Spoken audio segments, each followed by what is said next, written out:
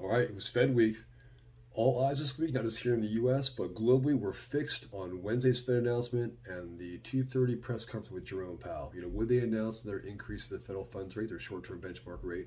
What would the dot plot show as a projected trajectory for the federal funds rate through the end of 23 and over 24 and 25?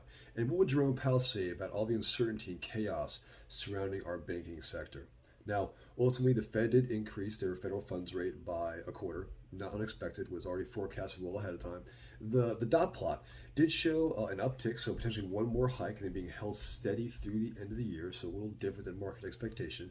But the market still rallied. I mean, we had great improvements across mortgage rates on Wednesday. Now, why is that?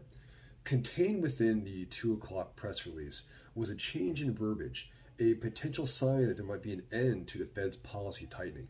In addition, during the 2:30 press conference, Powell spoke multiple times about the banking and financial sectors tightening their lending standards.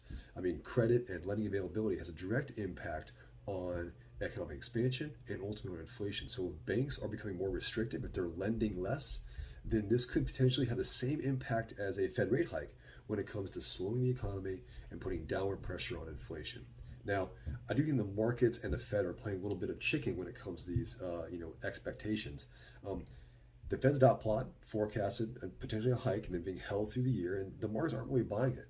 I mean, if you look at their Fed futures forecast, they are predicting multiple rate cuts by the end of 23. So they're definitely varying in how it is they're viewing economic conditions through the end of this year. Now, these forecasts, they have a direct impact on long-term bonds and ultimately mortgage rates. So right now, we are benefiting greatly from this assumption of a Fed pivot.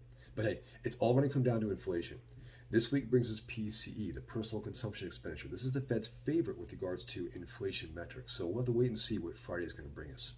If you have any questions about these headlines, about these rate trends, or if you want to talk about your approval options and how to best position your offer in what is already a very aggressive housing market, let's talk.